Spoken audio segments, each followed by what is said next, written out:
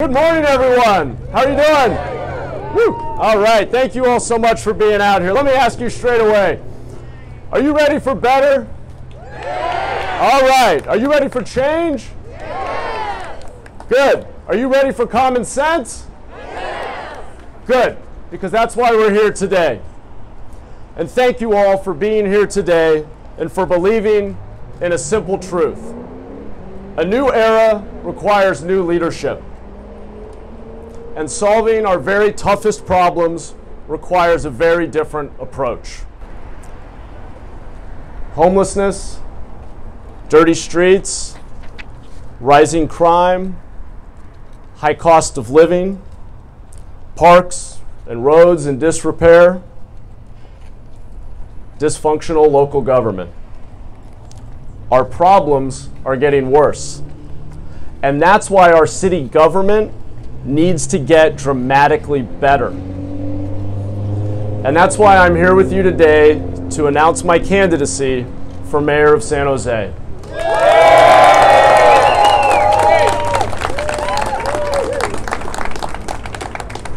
We're not here to offer small solutions or tired excuses. We're here today to launch a revolution of common sense. We deserve better. And we can do better. But it will take a revolution of common sense to make sure our government is working for us. Now, many of you know I'm relatively new to politics. But I'm not new to problem solving. I've been a public school teacher on the East Side who helped put young people on the path to college. In fact, I saw Juan Hernandez here, one of my former students. Juan, thank you for being here this morning. I've done economic development work in Bolivia that empowered family farmers to escape poverty. And I've spent a decade in the tech sector building tools that millions of people use to give back to their communities and to demand transparency and accountability from their elected officials. I'm a problem solver, not a politician. And that's why I don't need another year at City Hall to tell you that it's broken or to explain how we can fix it. In 2020, I ran a successful campaign for City Council with a simple pledge: to give government a wake-up call. After I got to City Hall, I was the one experiencing the wake-up call. The fundamental problems we face were even worse than I imagined. And at the core of the problem is a local government with little accountability, built-in inefficiencies, and almost no incentive to do better. Now, don't get me wrong, staff at City Hall are decent, well-intentioned people who care about our city. But we've allowed them to define their jobs as managing problems, not solving them. And politicians have been far too willing to fall into complacency, to go along in order to get along. And as a result, City Hall has thousands of excuses. Always starting with, there isn't enough money. This despite the fact that city spending grows at over 5% per year. Do you feel that city services get 5% better? Are city services getting 5% better every year? No. The county budget, incredibly, has grown 136% in the last decade. From $4 billion a year to $9.5 billion this year. Do you feel that county services are twice as good today as they were a decade ago? No. Over that entire decade, by the way, our population growth has just been 9% total, which means we are paying more, a lot more. But it sure doesn't feel like we're getting more, does it? No. Well, I'm not here to offer excuses. I'm here to demand results. And it is just common sense that if we want a different result, we need to do things differently. We need a revolution of common sense. A revolution of common sense is what it will take to end street homelessness. And we can end street homelessness. A revolution of common sense is what it will take to create affordable housing without creating more traffic gridlock, displacement, and air pollution. A revolution of common sense is what it will take to clean up our streets, to make our city safe, to demand more from our schools, and to grow our local economy so it offers opportunity for every San Josean, no matter the zip code into which they are born. We can make this city work for everyone, but not if City Hall tries to do everything. That's why we believe government should focus first on the basics. We believe that homeless residents should have access to simple and safe shelter, but that they also have a responsibility to use it when provided. We believe those suffering from mental illness and addiction belong in treatment centers, not in our streets and parks, and certainly not in our jails. We believe we need to continue improving policing, demanding high standards of transparency and accountability, not defund the police and reduce their capacity to engage with a community that wants their services. We believe our city should be clean, have decent roads and sidewalks, and provide parks that people are proud of, not scared to walk through.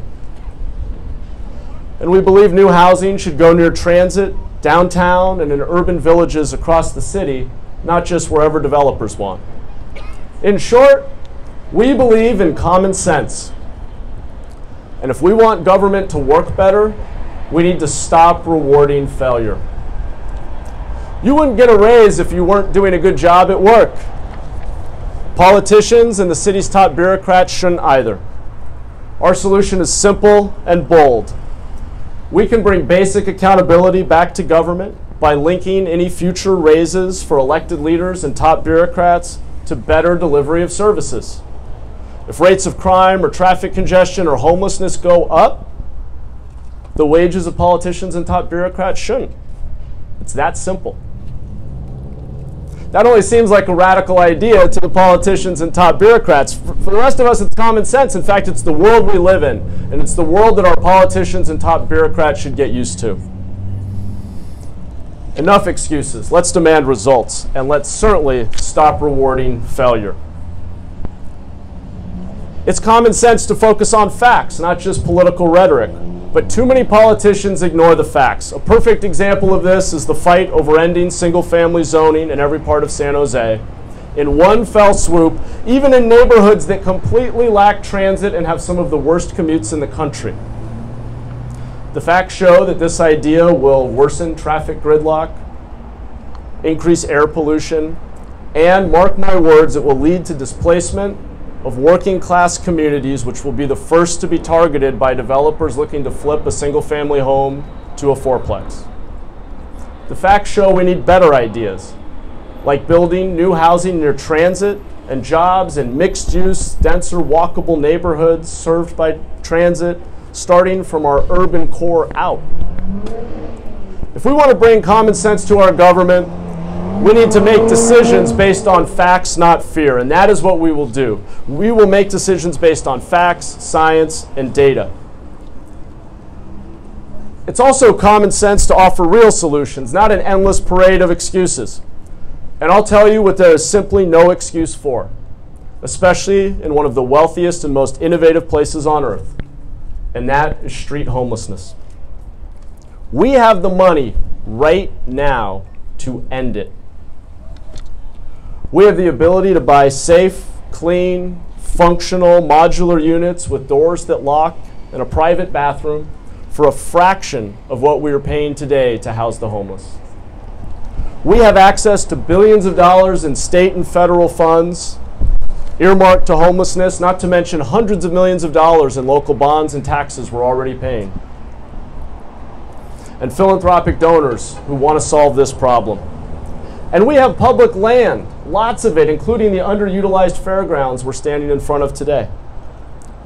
We can end street homelessness with the resources already at our disposal by doing better. Better means we don't spend all of our money on brand new so-called affordable housing that is now costing over $850,000 per unit to build. At $850,000 per unit, we will never solve this problem. But we can buy modular units in bulk, and with work, we can get the price of an individual unit down to $85,000, just 1/10 of what we are spending today. Now, we will need to use public land to make this pencil out, but we have more than enough public land across the county. Behind us sits 150 acres of public land, and that is just one of multiple sites owned by our county sitting empty while thousands sleep in the cold and uncertainty of our streets. We are better than that. Just 50 acres of public land hosting individual modular units would be enough to house every one of the 8,000 unhoused people in Santa Clara County. And to be clear, the fairgrounds in the city of San Jose shouldn't have to do it alone. Every city in our county needs to step up and offer land to solve this problem. We can house our homeless, but we can't also house the homeless of Palo Alto and Cupertino and Los Altos. Everybody needs to step up and do their part. Now, I have colleagues, some of whom have already jumped into this race, who think that this is impossible, who have lots of reasons for why we can't do things better, why we can't find common sense solutions to our problems, why we have to accept encampments and trash and fires and all the rest of the status quo. They say, I'm too new to politics to understand. Well, I say, the era of encampments is over. We will solve this problem in a way that lifts people up and makes our entire community better. And we will do it with a revolution of common sense that takes underutilized land we already own, takes tax dollars we already have, and uses them dramatically better. And that's exactly what we're going to do. And once we have these units, safe, clean, individual units with doors that lock and bathrooms and private space, we also have a right to expect that people will use them. And that is also what we are going to do. Holding politicians accountable, focusing on the basics, using the money and land we have now and new modular housing technologies to end street homelessness, we can make it happen.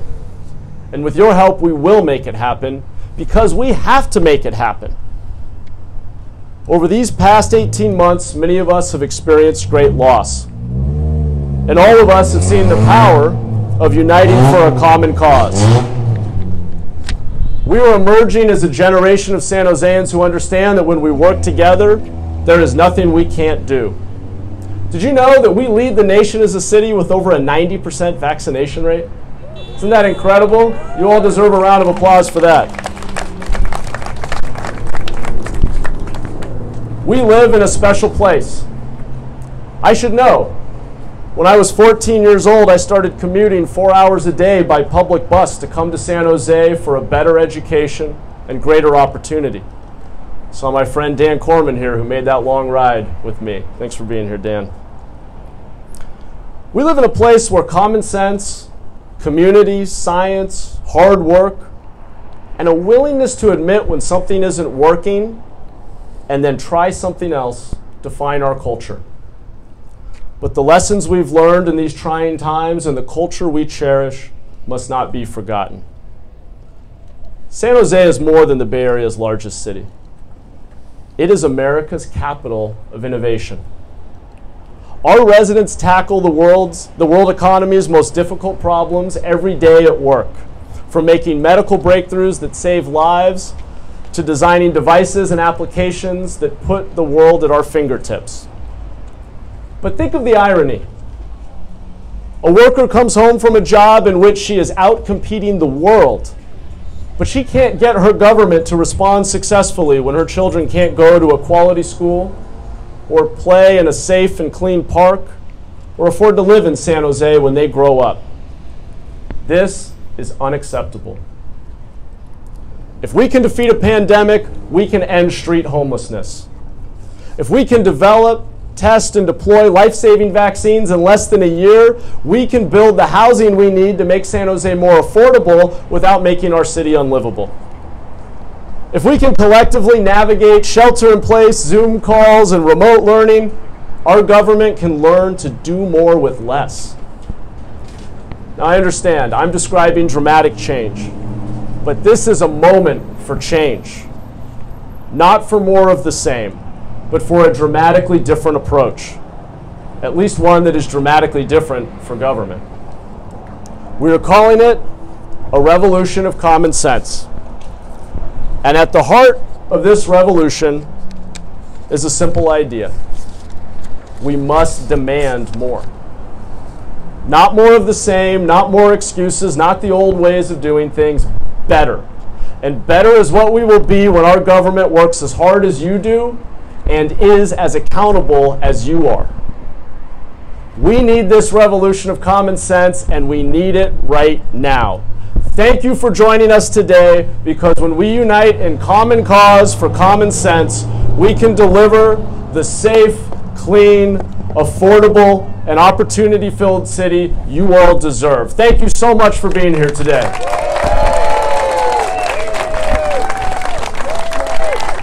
Okay.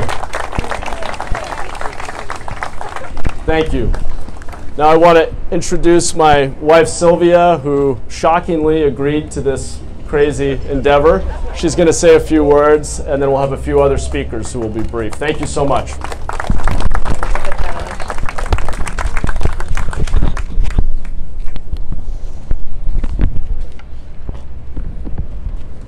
How about that speech? Hi everyone, thank you so much for being here today. I'm going to say a few words in English and then I will say a few words in Spanish. Hablaré primero en inglés y luego en español. Someone put this here. Should we leave it there? It's okay? Okay. I met Matt almost exactly 20 years ago, in the fall of 2001, when we were both bright-eyed freshmen at Harvard, and I'll never forget the first thing I noticed about Matt. I thought, wow, he's got a great handshake. You shake Matt's hand? Yeah, he's got a great handshake. But the second thing I noticed about Matt were his kind eyes. I don't know if I fell in love with him that night, but it was very close. It took us 3 years to get our acts together and start dating, and then we spent most of our early 20s debating about politics, religion, the meaning of life, and honestly, I loved it. I was so lucky to be able to engage with his sharp mind, with his brilliance that is surpassed only by his heart and his passion for doing what is right. From day one of our debates, Matt advocated for those who are left behind. We were both raised Catholic, but Matt really pushed me on the idea of what it means to live for others. I will never forget the cold Boston night when he came home, his hands bright red and very dry, nearly frozen. And I was so mad at him, I thought he had gone out in this negative 20-degree weather with no gloves on. But he told me he had had to give his gloves to a man he had met at the park who didn't have any. It was very hard to be mad at that. From day one, too, Matt sought truth and justice. He wanted a better, more just world, and he wanted and still wants to understand all the best ways for us to get there. Nowadays, Matt and I don't debate so much as we hold each other accountable. As he does the important work of legislating in our city government, we check in regularly to make sure that truth and justice for all remain at the heart of everything we do. We push each other to ask that question every day. And that is why I am so proud to be here today as Matt announces his run for mayor. I cannot wait to see his brilliant mind, his heart, and his passion lead us to a better future. And now I'll share, thank you, I'll share some remarks in Spanish. Conocí a Mateo hace casi exactamente 20 años, en el otoño de 2001, cuando ambos éramos estudiantes de primer año en Harvard. Desde el primer día, Mateo abogó por aquellos que a menudo se quedan atrás. Ambos fuimos criados como católicos, pero Mateo realmente me empujó con la idea de lo que significa vivir para los demás. También desde el primer día, Mateo buscó la verdad y la justicia. Quería un mundo mejor y más justo, y quería comprender las mejores formas de llegar a ese mundo. Hoy compartimos con regularidad para asegurarnos de que la verdad y la justicia para todos permanezcan en el centro de todo lo que hacemos. Nos hacemos esa pregunta diariamente y es por eso que estoy tan orgullosa de estar aquí hoy cuando Mateo anuncia su candidatura a alcalde. Estoy ansiosa de ver su mente brillante, su corazón y su pasión llevarnos a un futuro mejor. Gracias.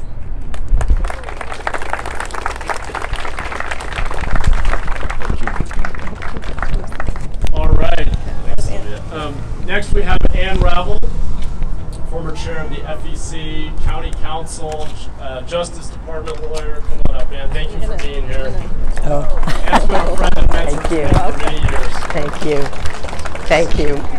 Thank you so much, Matt. I am so incredibly honored to be here today to support Matt in his endeavor to become mayor of San Jose. I, as Matt said, have been in public service. The mic a little closer. Really close.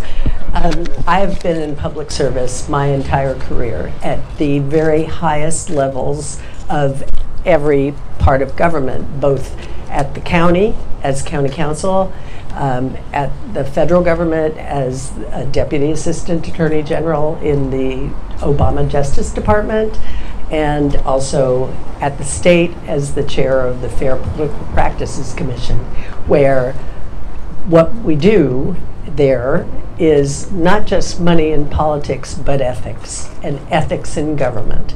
And all of these experiences that I've had have not only made me have great knowledge of those who are elected officials, who are at the heads of some of these agencies, but also it's made me really understand the importance of governance and of government and how it is best to govern.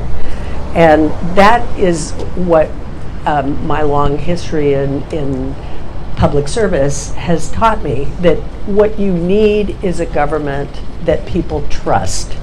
And we know government is supposed to exist on behalf of the people, to serve the people. Yet too many elected officials that I have seen do not understand the importance, as Matt does, of government transparency and accountability. So it's important for people to know that government is transparent and accountable, to see that the government is working for the people and for the community and not for the elected officials' donors or for their own self-interest. Working in government is complicated because there are so many needs and so many different perspectives. It requires someone like Matt who understands how to work with others and how to compromise without compromising his values.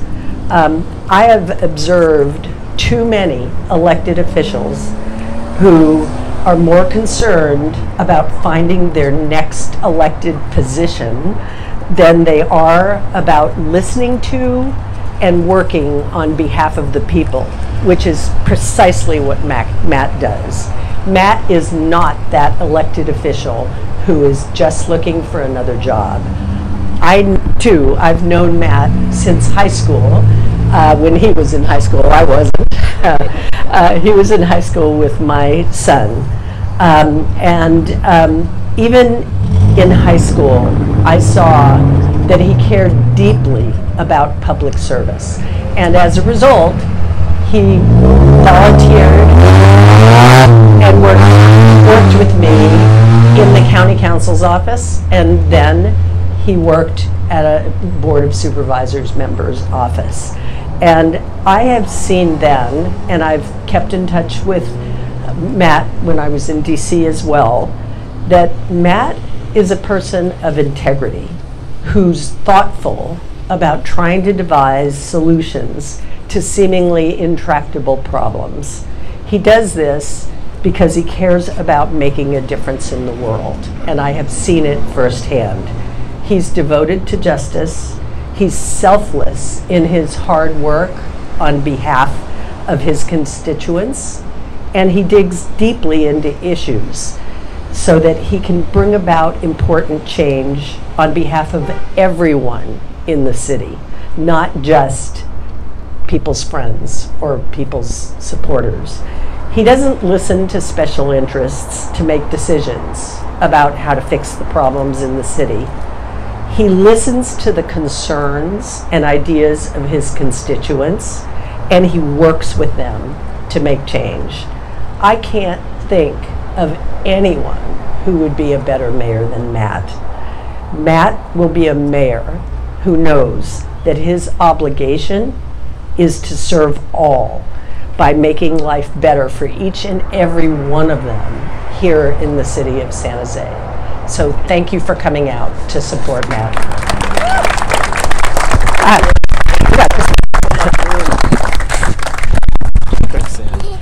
Thank you. Okay, you're gonna speak last. Okay, Nina. We're gonna let Nina speak last. All right. Please give June Tran a warm welcome and thank Ann for us. Thank you, Ann.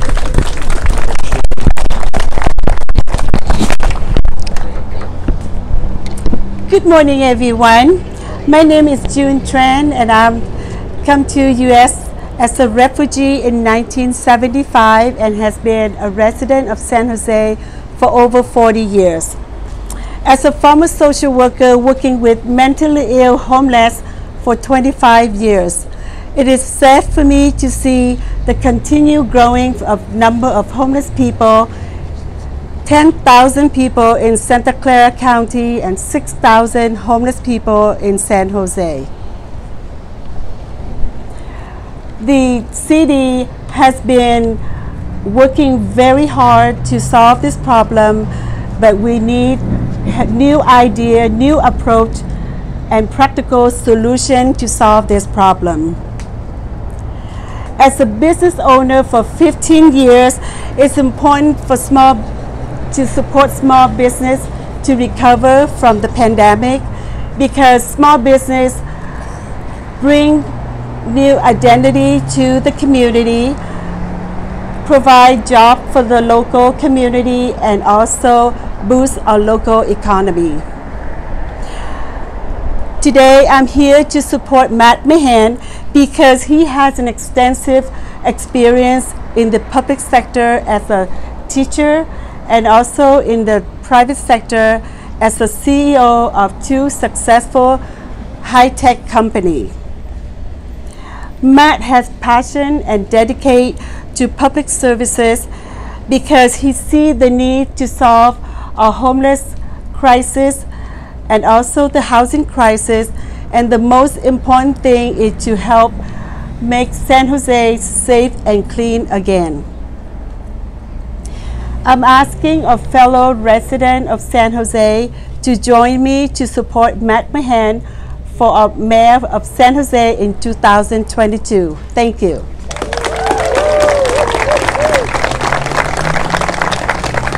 Kính chào quý vị, tôi tên là Dung, sang Mỹ năm 1975, cư ngụ ở San Jose trên 40 năm. Chúng tôi có cơ hội phục vụ những người bệnh tâm thần vô gia cư 25 năm. Thật là đau buồn khi chúng tôi nhìn thấy con số người vô gia cư càng tiếp tục tăng, 10.000 người trong quận hạt Santa Clara County, 6.000 người trong San Jose, trong đó có rất nhiều người đồng hương Việt Nam của chúng ta. Thành phố cũng đã cố gắng để giải quyết vấn đề, nhưng tình trạng hiện tại đang nằm trong bế tắc. Chúng tôi 25 năm kinh nghiệm trong làm việc với dân cư homeless và bệnh tâm thần. Trước hết chúng ta cần phải tìm hiểu nguyên nhân và hoàn cảnh từng người một để chúng ta có thể giúp đỡ và giới thiệu họ tới những cơ quan và dịch vụ cần thiết. Trong 15 năm là tiểu thương gia, chúng tôi cảm nhận được nỗi khó khăn trong các giai đoạn làm ăn trong các thủ tục giấy phép hoạt động, và có một số tiểu thương gia phải đóng cửa trong thời gian Covid. Chúng ta không thể nào tiếp tục đi trên con đường cố hữu, trì trệ và dậm chân tại chỗ. Vì thế chúng ta cần phải có những sáng kiến và những việc làm, những sáng tạo mới để quyết định vấn đề. Vì đó chúng tôi quyết định ủng hộ ứng cử viên thị trưởng Matt Mahan trong thị trưởng 2020. Là nghị viên khu vực 10, anh đã có kinh nghiệm làm trong lĩnh vực giáo dục và cũng là tổng giám đốc của hai công ty kỹ nghệ high tech. Vì muốn giải quyết vấn đề vô gia cư 6.000 người ở San Jose và để giúp cho các tiểu thương gia hồi phục lại nền kinh tế và để giúp cho thành phố chúng ta thêm an ninh và làm sạch thành phố hơn, chúng tôi kêu gọi mọi người cộng đồng Việt Nam hãy cùng chúng tôi ủng hộ cho Mahan trong chức vụ thị trưởng San Jose 2022. Xin chân thành cảm tạ. Thank you. Appreciate it. All right, Carlos, come on up. Next, we're going to welcome up Carlos Rosario, longtime friend, product counsel at Wing, and board member at Sacred Heart Community Service.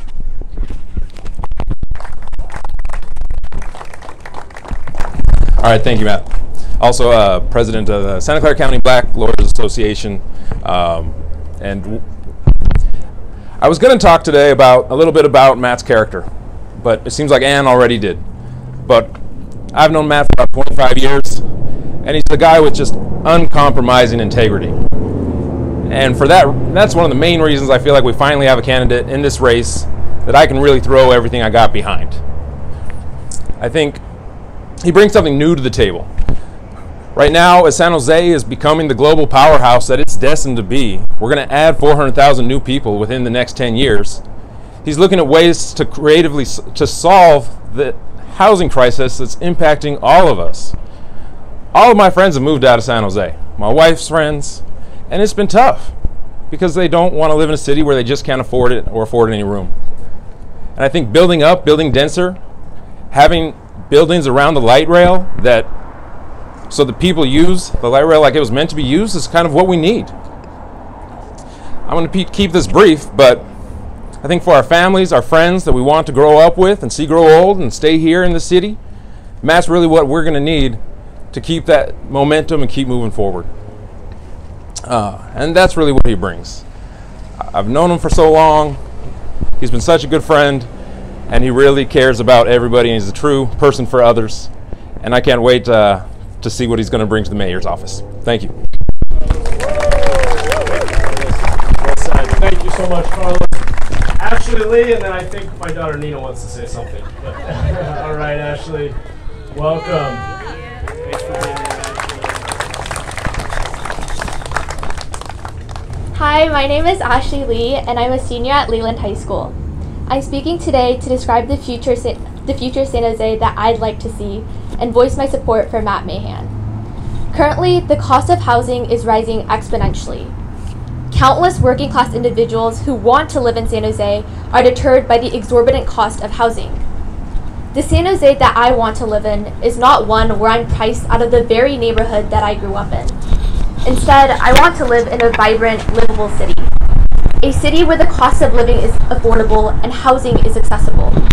A city with a dynamic downtown. A city that takes bold actions to end homelessness and serve vulnerable populations. And ultimately, a city where anyone, regardless of socioeconomic status, can live and prosper in.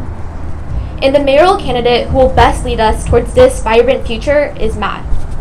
Matt is young, ambitious, and forward-looking. He has a concrete plan, Smart Growth San Jose, to decrease housing costs, and he's willing to work hard for our future and prosperity. In his first term as a city council member, Matt has advocated for bolder policies and worked to increase government accountability and transparency, which is something many politicians are unable or unwilling to fight for. Matt is also passionate about civic engagement, empowering the youth to be involved in the political process. I've had the pleasure of seeing Matt in action many times, speaking with and mentoring high school students about local government and the political process. It is so crucial for the youth to be engaged in politics, to become more informed, and to influence the political agenda. Matt has the unique ability to mobilize students and motivate them to care about our government. There are many challenges our city needs to overcome, but it's clear that the first step we need to take for a brighter, more prosperous future is electing Matt Mahan as mayor of San Jose. Thank you. Well done. You're so good. I'm really looking forward to voting for Ashley for mayor or maybe president one day. She's incredible. Thank you, Ashley. Nina, did you still want to say something? I'm going to close this out with a couple of words here. Vote for Daddy! Okay. All right.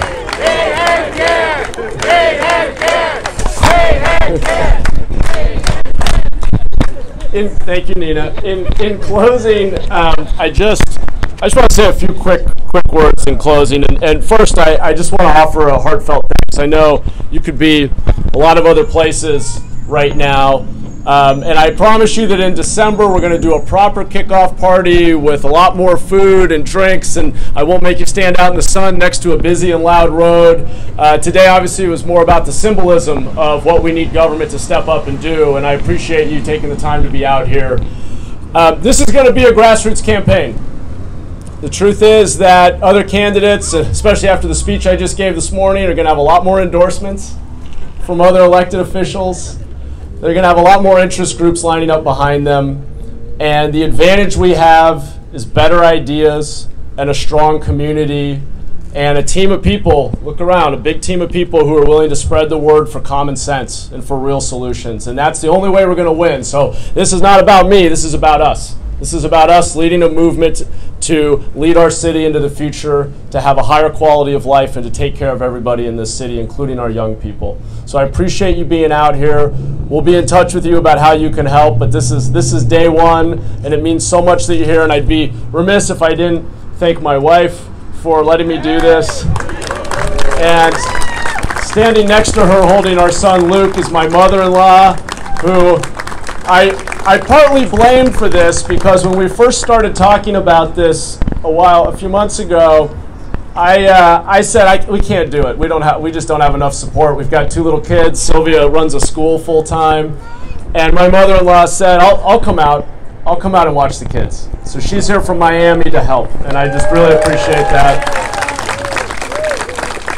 I appreciate old friends who I've known for 20 plus years who rode the bus with me to high school, and new friends, all the Leland and other students from other schools across the city who are working on this campaign. And I appreciate Matthew Cavedo, who ran my council race and is now my chief of staff, being with me every step of the way, and his wife Adriana, who is definitely his better half and makes everything happen. She's incredible. And Adrian Rafizadeh, who needs to stop growing. He's going for 7 feet here. He keeps getting taller and taller. We love Adrian. Adrian's an incredible young man who should be at a program at Wharton right now, but took a gap year to work on this campaign. Brilliant guy, and he's going to be our campaign manager. And so again, I'm grateful, but it's really not about me. It's about the city we want to live in, and it means a lot that you all are willing to put some time and effort into creating a better city for everyone. That's what this is all about, and I just look forward to working with you in the months ahead to bring that to fruition. So thank you so much. Have a great rest of your day, and we will be in touch very soon. Thank you. Take care.